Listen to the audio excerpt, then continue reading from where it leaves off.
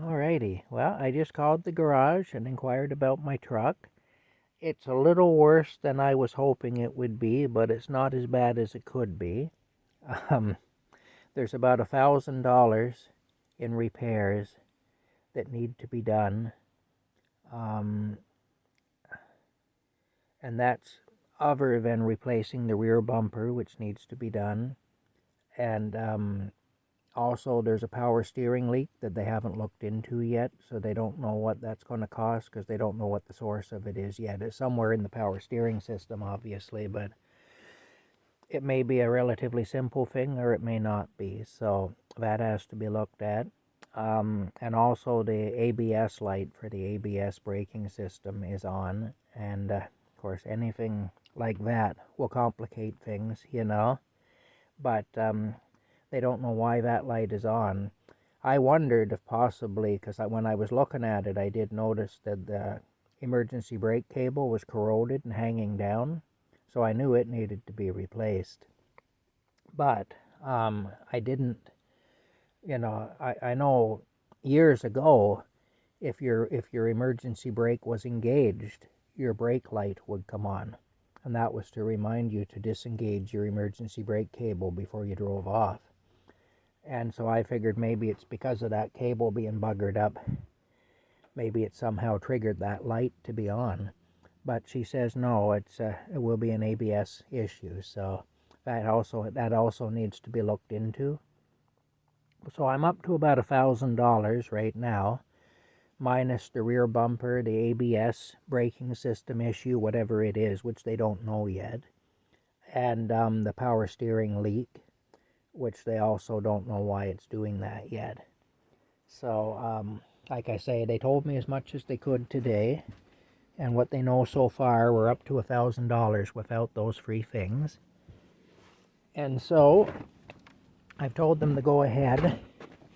A lot of the stuff that's wrong with it really is piddly little things like lights and things like that. Issues with headlights and tail lights and things like that. And also, there's an outer tie rod that needs to be replaced. There's a brake rotor that needs to be replaced. What else did she say? Of course, like I said, the rear bumper. There's the leak, power steering leak, which isn't included in that $1,000, and the ABS problem. All that isn't included in that. So yeah, it's getting expensive, for sure. It's a little stressful, but these days it doesn't take much to run up that kind of a bill. Really, it doesn't. $1,000 nowadays really isn't that much. Of course, by the time these other problems are fixed, it'll be more like probably more like $1,500 or $2,000 in repairs. But what can you do? I need the vehicle, so I just gotta suck it up and pay it, that's all. But yeah, anyway, that's where we're at right now. I can't tell you anymore because I don't know anymore. They're going to get back to me about the and let me know why the power steering system's leaking, and give me an idea of give me a quote on that, and also why the ABS system light is coming on, and give me a quote on that. And yeah, so there you have it. Anyway, let me look and see here.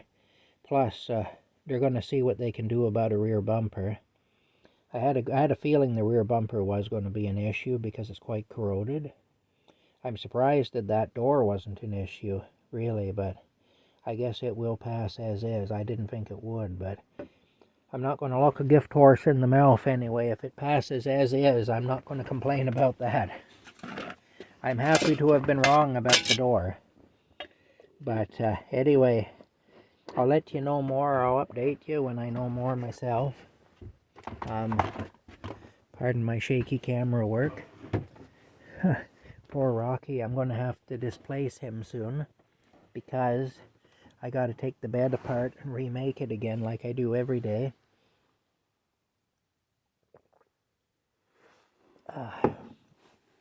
Quite a cat, I'll tell you. Poor little guy's cold. I'm cold too, I understand him. Anyway, that's it for now. We'll talk to y'all later.